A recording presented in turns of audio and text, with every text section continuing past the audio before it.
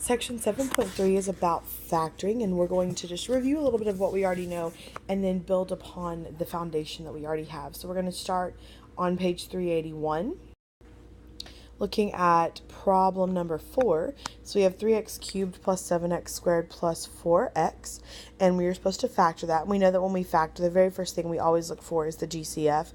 So hopefully you can see that there is a GCF of x.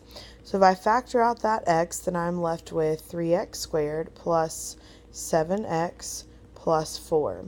And now that I've taken out the GCF and I have a trinomial, I can make my t-chart.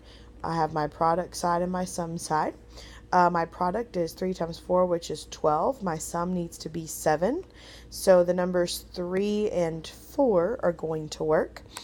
So taking the part that's inside the parentheses, I'll deal with this x out in front in just a second. So 3x squared plus 7x plus 4 becomes 3x squared plus 3x plus 4x plus 4. And after we have split the middle term, we're going to group and factor. So 3x squared plus 3x has a GCF of 3x, and if you take that out, you're left with x plus 1. And then 4x plus 4 has a GCF of 4, and if you take that out, you're left with x plus 1.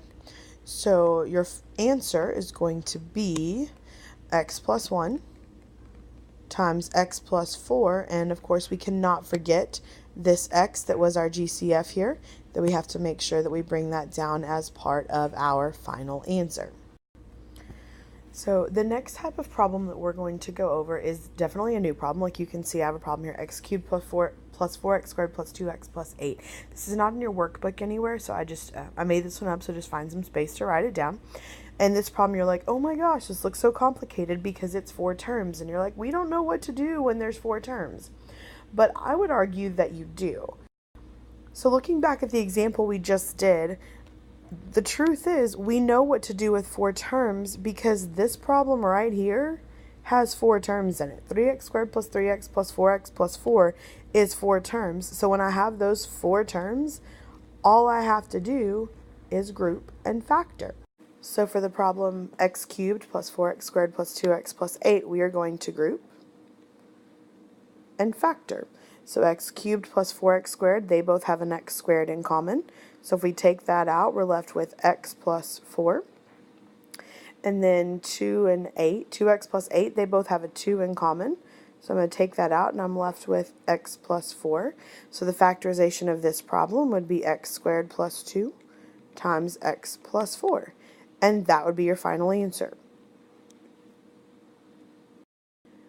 So your homework is going to be problems 1 through 20 and problem 23, and it's going to be due on Thursday. It starts on page 386. The majority of the content will be covered on Tuesday. But you can go ahead and get started. You can do probably about 10 problems off the homework just with those 2 examples that we covered today.